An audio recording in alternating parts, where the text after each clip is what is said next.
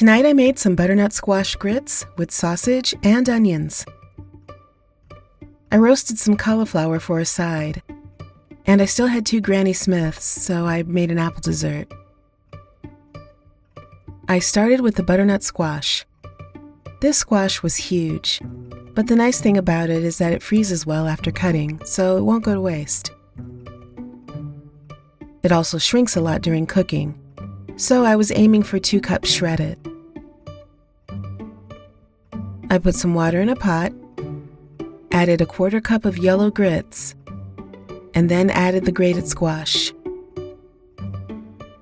Now I knew this was going to take at least a half an hour to cook. The grits weren't instant, and they were also a very coarse grade. The squash needed time to cook out as well. I also knew that I'd have to stir it throughout the cooking process. Once I saw enough steam, I added 1 bay leaf and some salt. You can add a lot of salt to grits. Then I stirred and kept stirring. And when it looked like this, I knew it was done. I added some butter to keep it from getting too thick while I made the rest of the meal.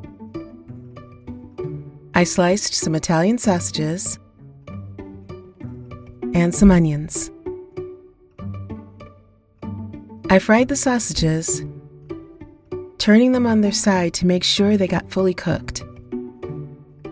I also like a little char on my sausages. I removed the sausages from the pan and then caramelized the onions in the fat. I set those aside and started on the roasted cauliflower. I cut the cauliflower into flat pieces for even roasting. I also decided to use my cast iron skillet. I lined the skillet with some parchment paper and then spread out the cauliflower.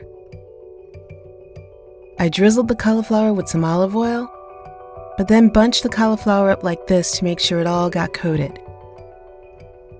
I spread all of the pieces back out again, then sprinkled on some garlic powder, paprika, salt, and some black pepper. Then I let this roast for 20 minutes. Here's how it turned out.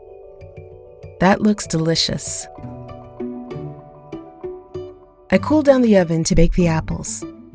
I didn't have all of the ingredients needed to make a proper apple crisp, so I just added some brown sugar to the apples and topped it with some oatmeal and some cinnamon. I added extra butter pats on top, hoping it would help the apples bake soft. This baked for about 20 minutes, and I made some whipped cream during that time. When that finished baking, it was time to plate. The butternut squash grits, the sausage, and the onions, and the roasted cauliflower. I garnished the dish with some chopped parsley. I grabbed a Coke and the baked apples, set my table, and sat down to eat. I like this a lot. I was surprised how creamy the grits were given the amount of squash cooked in them. And with the sausages and the onion, this meal was really hearty. I grew up eating sweet grits, usually for breakfast.